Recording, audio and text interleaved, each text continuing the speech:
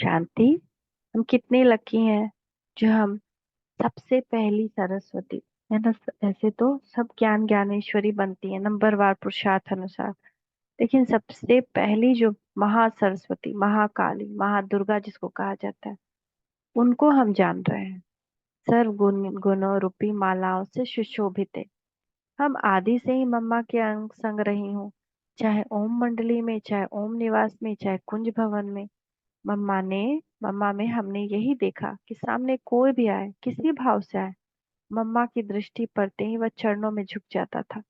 हम तपस्या में 14 वर्ष मम्मा के अंग संग रहे। रोज अमृत वेले 2 बजे बिस्तर छोड़ती थी और कुर्सी पर बैठ योग करती थी। ये मम्मा की नियमित चर्या थी। मम्मा हमें सब प्रकार की कर्मना सेवा साथ में बैठकर सिखाती थी। चाहे अनाज साफ करते थे, चाहे सब्जी काटते थे, मम्मा सबसे पहले आकर बैठती थी और कैसे साफ करें काटे वो भी सिखाती थी। निमंत्रण पर यज्ञ में पहली बार मम्मा सेवा के लिए कानपुर के लिए निकली थी। उस समय मैं दिल्ली में थी।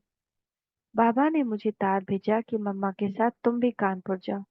इस तरह एक नहीं, मम्मा के साथ कई टूर पर बाबा ने मुझे क्या भेजा। कहते हैं कि गुणों की माला 36 गुणों की होती है। उन सब 36 गुणों में मम्मा नंबर 1 थी। वैसे देखे तो मम्मा से भी बड़ी बहनें थी, परंतु उन सब के साथ मम्मा सखी बनकर रहती थी और माँ बनकर भी रहती थी। माँ की दिल याद दिलाते हैं मधुबन के अंगूर।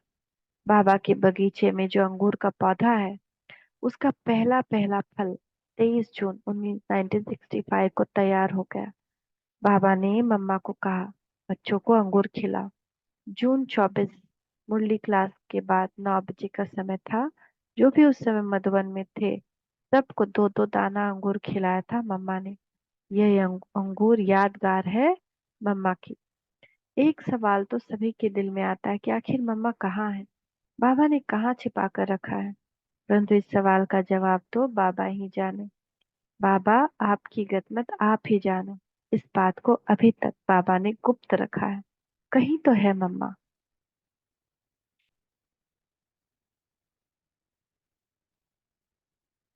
और बाबा ने ये बात गुप्त रखी। मातेश्वरी नन्ही सी बच्ची भी और जगदम्बा माँ भी। ब्रह्मा कुमारी दादी जानकी जी कहती हैं, मम्मा को हम पहले से ही जानती थी, लेकिन जैसे कुमार का दादी यानी प्रकाश मणि की उनके साथ फ्रेंडशिप थी, ऐसे नहीं थी। वे दोनों उम्र से मेरे से छोटी हैं। मम्मा बहुत एक्टिव थी। वह हम लोगों से न्यारी थी, परंतु जब ओम मंडली में पहली बार हमने उन्हें देखा तो बहुत आश्चर्य हुआ। वह सफेद फ्रॉक पहने हुए थी। अन्य बहनों की भेंट में मम्मा बहुत चमकती हुई नजर आती थी।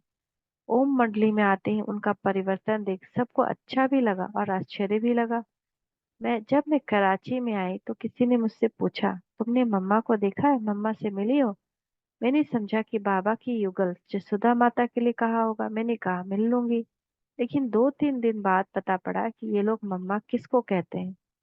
मम्मा सुनकर नहीं, अपने में समा कर ज्ञान सुनाती थी।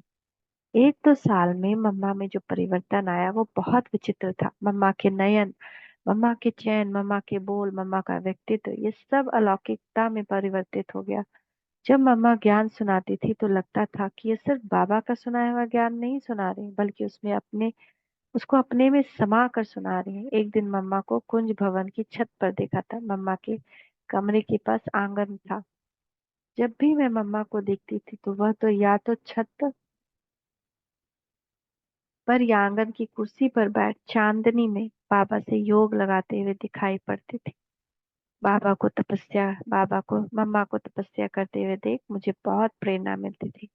मम्मा जब मुरली चलाती थी तो हम लोग ऐसे तन्मय होकर सुनते थे कि मूर्तिवत हो जाते थे। मुरली 1.5 घंटा चलती थी तो हम भी एकाग्रता में बैठ सुनते थे। मम्मा की मुरली इतनी प्यारी होती थी कि बात मत पूछो। पूरे यज्ञ में देखा जाए तो मम्मा बहुत कम बात करती थी। मम्मा का यह गुण मुझे बहुत अच्छा लगता था। उस समय मैं भी बहुत कम बात करती थी। अंतर्मुखता की यह प्रेरणा मैंने मम्मा से प्राप्त की। दूसरों के साथ बहुत कम संबंध रखती थी। कभी कभी दीदी के साथ थोड़ा बहुत बात करती थी।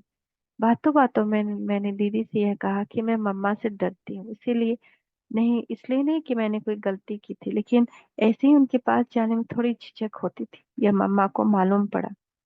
एक दिन मम्मा ने मेरा हाथ पकड़ा और कहा, क्या जनक, तुम मेरे से डरती हो?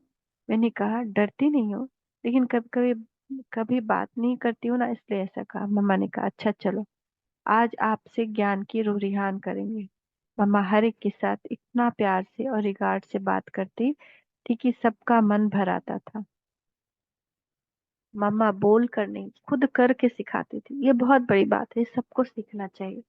अगर हम किसी को कुछ सिखाना चाहते हैं तो बोलना नहीं चाहिए, करके दिखाना चाहिए। मम्मा कहती थी कि जो गलती एक बार कर दी वो दूसरी बार नहीं होनी चाहिए। मैंने ये गांठ बांध ली कि मेरा रिकॉर्ड ऐसा रखूं जो दोबारा मम्मा से शिक्षा लेनी न पड़े। मम्मा कभी भी कोई कार्य बोल कर नहीं सिखाती थी, खुद करके सिखाती थी। एक बार सुबह 4 बजे नहीं उठे थे, क्योंकि लौकिक जीवन में तो हम जल्दी उठते नहीं थे। ओम मंडली में आने के बाद ही सुबह जल्दी उठना सीख लिया था। मम्मा 4 बजे आकर देखती थी, कोई नहीं उठा है तो वो धीरे धीरे सीढ़ी उतरकर किचन में चली जाती थी। किसी न किसी को पता पड़ जाता था, तब वे कहती थी, मम्मा देख कर गई। तो हम सब उठकर तैयार हो जाते थे और मम्मा के सामने जाकर खड़े हो जाते थे। तब मम्मा मुस्कुरा कर कहती थी, देखा, आपके मंदिरों में भक्त उठकर घंटी बजा रहे हैं और आप देवता सोए पड़े हैं। तब से लेकर आज तक मैं अमृत वेले नहीं सोई हूँ।